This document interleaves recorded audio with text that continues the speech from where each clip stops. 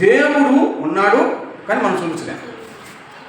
దేవుడు ఆత్మ మనసులో ఉంటాడు, గుండెల్లో ఉంటాడు. దేహమే దేవాలయం అన్నాడు. ఈ దేవాలయంలో దేవుడు ఉంటాడు. ఇందు కలడు అందు లేడని సందేహమలదు అని పెద్దలు చెప్పారు. అన్ని చోట్ల ఉంటాడు.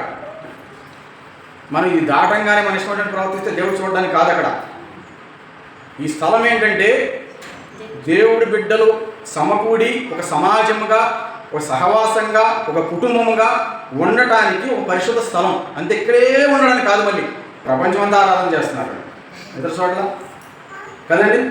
కాబట్టి మనం గమనిస్తే ఈయనెవరు? సర్వోన్నతుడు, సర్వము ఏలేవాడు. ఇప్పుడు వీటి సేవకులు ఎవరు? దేవుడు ఏర్పాటు చేసుకున్న దైవ సేవకులు ఎవరు? సర్వోన్నతుడైన కుమారులని పేరు పెట్టబడ్డారు కదా. ఇప్పుడు దేవుడు నమ్మి రక్షణ పొంది బాప్తిసం తీసుకున్న బిడ్డలకు ఏమని పేరు పెట్టారు? నా బిడ్డలు అని పేరు పెట్టారు. మా దేవుడికి బిడ్డలు అవ్వడం చిన్న విషయమా చెప్పండి? దేవుడికి ముసలితనం లేదు, బాల్యం లేదు, ఎప్పుడు అలాగే ఉంటాడు. మనం ముసలివాళ్ళం అయిపోతాం, మళ్ళీ ఎన్ని అయిపోతాయి. అయినా నువ్వు ముసలిదానిమైనా వయసులో ఉన్నా దేవుడికి బిడ్డలేనా కాదా? దేవుడు ఖచ్చితంగా బిడ్డలే. ఆయన బిడ్డలుగా చేసుకోవాలంటే ఆయన చెప్పిన ఆ నమ్మకము, ఆ విశ్వాసము, ఆ మారు మనసు, ఆ బాప్తిస్మము, ఆ రక్షణ, ఆ రొట్టె విరచటము ఎన్నిటిలో పాల్పంచుకుని ఒక సహవాసంగా ఉంటే అప్పుడు ఏం చేస్తామంట? ఇది దేవుడు పుట్టినీళ్ళుగా మనం ఎంచుకుంటాం. అప్పుడు ఆయన బిడ్డలు అనిపించుకుంటాం. మన బిడ్డలు ఎక్కడ ఉన్నారు? మన ఇంట్లో ఉంటున్నారా లేదా? మన బిడ్డలు మన ఇంట్లో ఉంటున్నారా లేదా? మన చదువులు విధులు నిమిత్తమైనా మన బిడ్డలే కదా. మళ్ళీ వచ్చేప్పుడు ఎక్కడికి వస్తారు? ఒకవేళ ఎక్కడికి వెళ్ళారు వారం రోజులు, మళ్ళీ ఎక్కడికి వస్తారు? ఒకవేళ పగలంతా పని చేస్తాకి వెళ్ళారు, సాయంత్రం ఎక్కడికి వస్తారు? వస్తారా? ఇంట్లో అమ్మ సరిగ్గా వండలేదని చెప్పి పక్కింటికి పోరు. ఇంట్లో మన తాగుతున్నాడని చెప్పేసి ఎక్కడైనా కాపురం పెట్టరు. మన ఇంటికి మనకే వస్తారు. కానీ సంఘ బిడ్డలే కొంచెం లోటు అయితే పక్కకి వెళ్ళిపోతారు. సంఘ బిడ్డలే లోటు అయితే పక్కకి వెళ్ళిపోతారు. కాబట్టి ఆయన బిడ్డలుగా చేసుకున్నాడు. కాబట్టి మన బిడ్డలు మన ఇంటి దగ్గర ఎలా ఉన్నారో ఆయన బిడ్డలు ఎక్కడ ఉండాలి? దేవుడి సన్నిధిలో ఉండాలి. ఈరోజు ఆయన రోజు, ఆయన పునరుద్ధాన దినం. ఈరోజు నేను బయటికి ఉండకూడదు, బయట పనుల్లో ఉండకూడదు, లేదా నా సొంత పనుల్లో ఉండకూడదు, వ్యాపారాల్లో ఉండకూడదు, లేదా నా సొంత క్రియల్లో ఉండకూడదు. దేవుడి సన్నిధిలో ఉండాలనే ఆలోచన మనుషులకి కలగాలి. అప్పుడే మనము దేవుడి బిడ్డలను దేవుడి స్తోత్రం కలుగును కాక. ఒకవేళ ఇక్కడ ఎవరు లేరని కూడా ఒక మనిషిని తోడు పెట్టుకుని ఒక రోజు గడపండి ఇక్కడ దేవుడి దగ్గర. ఆరోగ్యం కోసం దేవుడి దగ్గర వేడుకోండి, మీ పరిస్థితుల కోసం దేవుడి దగ్గర వేడుకోండి, మీ బిడ్డల కోసం దేవుడి దగ్గర వేడుకోండి. లేకపోతే ఈ సందర్భంగా అయినా సరే ఎవరైనా ఒక పక్క మనిషిని పిలుచుకుని కాస్త నాకు తోడుకురమ్మ దేవుడి మందిరంలో పడుకుందాం ఈరోజు అని ఒక నిద్ర చేయండి. ఒకవేళ ఆ రోజు ఆ కొత్త మనిషికి ఏదైనా ఒక అద్భుతం జరగవచ్చు కదమ్మా, వాళ్ళు కూడా విశ్వాసం కలగవచ్చు. ఇక్కడ దెయ్యాలు సాక్ష్యం ఇస్తున్నాయి, మనం ఏం సాక్ష్యం ఇస్తున్నాం? ఈయన సర్వోన్నతుడైన దేవుడి దగ్గరికి వెళ్తున్నాం మేము అని సాక్ష్యం ఇస్తున్నామా? నా బతుకుని, నా స్థితిని, నా గతిని మార్చిన దేవుడి దగ్గరికి నేను వెళ్తున్నాను సాక్ష్యం ఇస్తున్నామా? ఇక్కడ చూడండి, మనుషుల కంటే ఎంత గొప్పదనుకోవాలి. దెయ్యం చదువుతుంది సాక్ష్యం, దెయ్యం చదువుతుంది సువార్త, దెయ్యం చదువుతుంది దేవుడని, ఈయన నిజ దేవుడని, ఈయన దైవ సేవకులు చిన్న విషయం కాదు, వాళ్ళ జోలికి వెళ్ళొద్దని చెబుతుంది దెయ్యం. సరే చెబుతుంటే ఇప్పుడు ఏం జరిగింది? మంచిగా జరగనిస్తారా? ప్రజలు మంచిగా వెళ్ళనిస్తారా? నీ బిడ్డలు బాగుంటే వరుస్తారా? నీ కుటుంబం బాగుంటే వరచగలరా? నువ్వు నన్ను 4 పూట సగం 3 పూటలు అన్నం తింటున్నావంటే మనుషులకి ఇంకా కడుపుపోదా? ఏదోటి లింకులు పెట్టి నీ కుటుంబాన్ని, నిన్ను, నీ సంఘాన్ని పాడు చేయాలి మనుషుల ఉద్దేశం. మంచిగా సాగనెవరు? అతయ్య చేస్తున్నారు. ఇక్కడ కూడా ఆ పద్యం చదవండి. ఇలాగా అనేక దినములు చేయుచుండెను గనుక పౌలు వ్యాకుల పడి దాని వైపు తిరిగి నీవు ఈమెను వదిలిపోమని యేసుక్రీస్తు నామమున ఆజ్ఞాపించుచున్నానని ఆ దైవతో చెప్పెను. వెంటనే అది ఆమెను వదిలిపోయాను. చాలా రోజులు ఆ ప్రాంతంలో ఉన్నారు. సువార్త చేస్తా వాళ్ళు కనిపించినప్పుడు ఇదే మాట్లాడుతున్నాను. ఆ స్వచ్ఛత ఏమంటుంది? కనిపించినప్పుడల్లా ఏమంటుంది? సర్వోన్నతుడైన దేవుని దాసులు వీరు మీకు రక్షణ మార్గం తెలియజేస్తారు, రక్షణ మార్గం పరిశ్రమ చేస్తారు అని సువార్త చేస్తూ కేకలు వేసింది. మళ్ళీ ఆ దాసంలోకి వెళ్ళారు, అక్కడికి వచ్చి అదే మాట్లాడుతుంది. మళ్ళీ ఇంకొక ఊరికి వెళ్ళి చేస్తున్నారు, మళ్ళీ అక్కడికి వచ్చినప్పుడు ఎదురుపడినప్పుడు అదే మాట్లాడుతుంది. పౌలు గారికి ఆలోచించాడు, ఏంటబ్బా మమ్మల్ని చూసినప్పుడల్లా ఇలా అంటుంది, అని ఆమెలో ఒక దెయ్యం ఉంది. అయితే ఆ దెయ్యము సోది చెప్పి వాళ్ళ డబ్బులు సంపాదిస్తుంది. అయితే మా విషయంలో మాత్రం అది నిజం కలుగుతుంది అని గుర్తించి ఏం చేశాడంటే, ఈమె రక్షణ పొందాలన్న ఉద్దేశంతో కదా ఆమె దగ్గరికి వెళ్ళి ఏమన్నాడంట, మరి ఆ వైపు తిరిగి నీవు ఈమెని వదిలిపోతేమా యేసు నామమున వదిలిపో అన్నాడంతే. అది వదిలిపోయింది. దేవుని స్తోత్రం కలుగునుగా. సరే, వదిలిపోతే మంచి కార్యమా చెడ్డ కార్యమా? ఈమెకి దెయ్యం వదిలింది కాబట్టి, వాళ్ళ బిడ్డ బాగుపడ్డాడు కాబట్టి దేవుని స్తోత్రం కలుగునుగా కదా.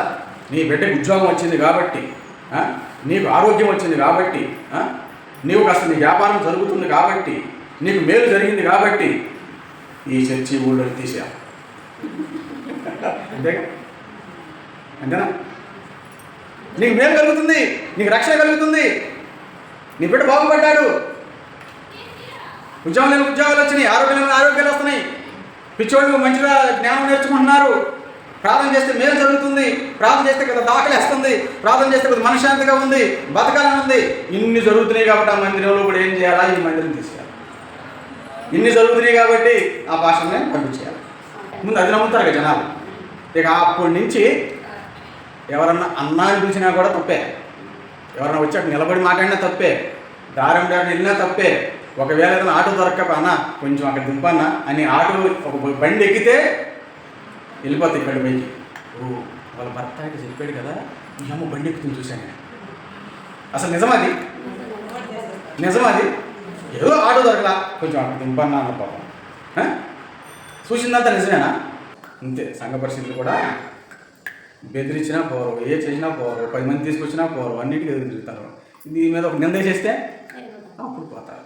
ఇప్పుడు ఇక్కడ ఏం చేశాడు? తప్పు చేశాడా పౌలు గారు? ఎంతకాలం నుంచో ఏదో వదిలేండి దాన్ని తెలిసి తెలవక ఆ సోది చెబుతూ వాళ్ళని బతికిస్తూ ఉన్నాయి. ఆ దెయ్యం పెట్టి బతికిస్తూ ఉంటే ఈమెని కాపాడాలా, దాన్ని చెడిపించాలా, ఈమె రక్షణ పొందాలా, మేలు పొందాలా అని ఆమె మేలు కోసము ఆ యేసు నామములో ఆ దెయ్యాన్ని విడిపిస్తే సంతోషపడాలా లేకపోతే బాధపడాలా? సంతోషపడాలి. ఇక్కడ ఏం చేశారు చూడండి 19. ఆమె యజమానులు అంటే ఆమె ఎవరైతే నడిపించి డబ్బులు సంపాదించమని పంపిస్తున్నారో ఊరి మీదకి, ఆ యజమానులు బాగానండి తమ లాభ సాధనం పోయినని చూసి పౌలును చీలను పట్టుకుని గ్రామపు చావిడిలోనికి అధికారులు ఈడ్చుకుని పోయారు. ఎవరన్నా తప్పు చేస్తే ఏడ్చవచ్చు, ఒకవేళ ఎవరినన్నా అన్యాయం చేస్తే ఏడ్చవచ్చు, నష్టం కలిగిస్తే ఏడ్చవచ్చు, లేదా ఒకరి కాపులను నొప్పులు పోస్తే ఏదైనా చేయొచ్చు. అది నిజమైతే ఒకవేళ మేలు చేసి ఆమెను రక్షణలోకి నడిపించి ఆమె దెయ్యం విడిపించి ఆమె ఒక మనిషిగా మారిస్తే ఏం చేశారంట? తమ లాభదాయకం పోయిందనే సమస్య అంతా ఏంటి? బాగుపడినందుకు కాదు. ఇది ఏదో తిక్కబట్టేది, ఈ తిక్కది ఇప్పుడు వరకే ఏదో దయ్యం పట్టింది, నువ్వు ఆ ఊరికి వెళ్ళి సంపాదించరావేంటి సంపాదించుకొస్తుంది, ఈ ఊరికి వెళ్ళి సోచి చెప్పి రావేంటి చేసిపోతుంది, మళ్ళీ అది దానికి 10 రూపాయలు ఇస్తే 800 మనకిస్తుంది. ఇప్పుడు ఈ దయ్యం వెళ్ళిపోయింది, ఇది మనిషిగా బాగుపడిపోయింది, ఇది తెలివిగా వచ్చేసింది. ఇప్పుడు మన మాట ఎందుకంటే ఇంకా ఇప్పుడు ఏం జరిగింది? లాభం పోయిందా లేదా? సోచేప్పుడు మనిషి లాభం పోయిందా లేదా? లాభం పోయింది. కాబట్టి ఎవరికి నష్టం వచ్చింది? ఇప్పుడు ఆ యజమానికి నష్టం వచ్చింది. ఆ యజమానికి నష్టం వచ్చిందంటే లాభం పోయిందంటే కారణం ఎవరు? ఈ పౌలు పాస్టర్ గారు. మనగా ఈ పౌలనే పాస్టర్ గారు ఏం చేశాడు? వేసనంలో పో అన్నాడు, వెళ్ళిపోయాడు. వాడే ఇక్కడ రాకుండా ఉంటే, ఆ పాస్టరే ఇలా చేయకుండా ఉంటే, ఈ ఊరికి రాకుండా ఉంటే మాకు లాభం పోయేది కాదు కదా. అర్థమవుతుందా మీకు పాయింట్? ఇక్కడ మంచి చేశాడా చెడు చేశాడా? మంచి చేసినందుకు, మేలు చేసినందుకు శిక్ష. ఒకసారి ఒక వ్యక్తికి ఆకలేస్తుందంటే ఎవరో అటు ఇటు చూస్తూ ఉంటే నేను తీసుకొచ్చి అన్నం పెట్టాను. అన్నం పెడితే బయటికి పోయినా కడుపులు నొప్పి వచ్చింది. ఇది ఒకసారి అన్నం పెట్టాడు, నా కడుపులు నొప్పి వచ్చింది. ఏం చేసాం? మనం మేలు చేసి కీడిపోయినాం. అంటే ఆకలి తీర్చాలని అన్నం పెడితే అనుకోకుండా ఏదో కడుపులు నొప్పి మనం ఏం చేయగలుగుతామని చెప్పండి. ఒక్కోసారి ఏమవుద్ది? మేలు చేసి కీడు పొందుకునే పరిస్థితి. ఎన్నో జీవితాల్లో ఎంటర్ అయ్యి ఒక్కోసారి వాళ్ళ బాధలు చూడలేక వాళ్ళకి అది చేయాలని ఇది చేయాలని చివరికి వాళ్ళందరూ ఏకమయ్యి నా మెత్తగా పడిపోయి కూడా నా జీవితంలో ఎన్నో అనుభవించారు. ఈమె చెప్పుద్ది, ఈమె ఆ చెప్పుద్ది, ఇద్దరికి మధ్యలో ఉంటాము, వాళ్ళిద్దరు ఏకమైపోతారు, మధ్యలో ఇలామైపోతాము. ఈ మేలు చేసినందుకు ఎంత ఘోరం చేశారంటే ఆమె కారణం ఒకటే ఏంటంటే లాభం పోయింది. ఇది సోది చెబుతూ ఉంది, ఈ తిక్కలు దాన్ని అడ్డం పెట్టుకుని మనం ఎంతెంతో సంపాదిస్తున్నాం.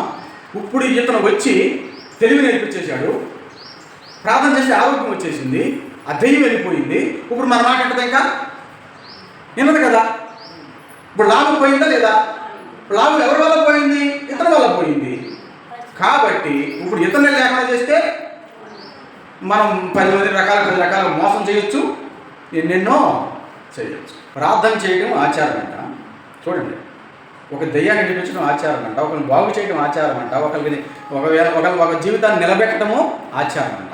అట్లాంటి పరిస్థితుల్లో మనకు ఊపిరిచ్చిన దేవుడు ఆయన, మనకు బాగు చేసిన దేవుడు ఆయన, మనం మంచాన పడినప్పుడు ఆయన మనకి నిలబడ్డాడు, ఆయన బిడ్డలతో ఓదార్చాడు. కానీ ఈ బయట వాళ్ళు మిమ్మల్ని ఆపిన వాళ్ళు, బాగు చేసిన వాళ్ళు ఎవరు మీకు సహాయం చేయలేదు. ఇంకా అవమానం చేశారే కానీ సహాయం మీకు కూడా ఎవరు చేయలే. కాబట్టి ఆ మనుషుల మాటలని మీరు రక్షణ పోగొట్టుకోవద్దు. రేపొద్దున కాపాడే దేవుడు, నరకం తప్పించే దేవుడు, పాపం కడిగే దేవుడు, పరలోకం ఇచ్చే దేవుడు. మన సంతోషంగా ఈరోజు ఎట్లా మనం ఒకసారి కూర్చున్నామో అందరం ఒక చోట దేవుడి దగ్గర సంతోషంగా జీవించాలంటే ఇలాంటి కృప మనం పొందుకోవాలి. దేవుడు వైపు చూడండి, అందరితో మర్యాదగా ఉండండి. అట్లని చెప్పి మీరు ఇట్లా ఎవరు అనాల్సిన అవసరం లేదు. అందరితో మర్యాదగా ఉండాలి, అందరితో మాట్లాడాలి, అవసరం అందరితో కలిసాలా కొన్ని సందర్భాల్లో.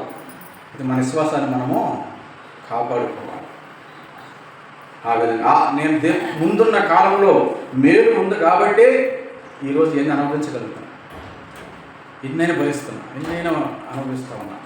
నాకు నష్టం కలిగించినా భరిస్తున్నా, నాకు సహాయం చేయవలసిన కూడా చేయకపోయినా భరిస్తున్నా. మనం గుర్తించాలా, ఈరోజు ప్రాణం పోతే మనం ఎక్కడికి పోతాం ఒకసారి ఆలోచించండి. ఈ రాత్రికి పడుకుని ఆలోచన చేయండి. ఈరోజు నా ప్రాణం పోతే నేను ఎక్కడికి పోతా? ఇన్ని రోజు నుంచి వాక్యం వింటున్నాను, రక్షణకి దూరంగా ఉన్నాను, నేను ఎందుకు ఇలా ఉన్నాను, ఎందుకు దూరంగా ఉన్నాను? బాప్తిజం తీసుకుంటే నేను ఏం మునిగిపోతున్నాను? నా కోసమే కదా, నా జీవితం కోసమే కదా అని ఒక్కసారి ఆలోచన చేయండి, మీకు అర్థమవుతుంది. ఈ మాటలు దేవుడు దీవించిన కాక.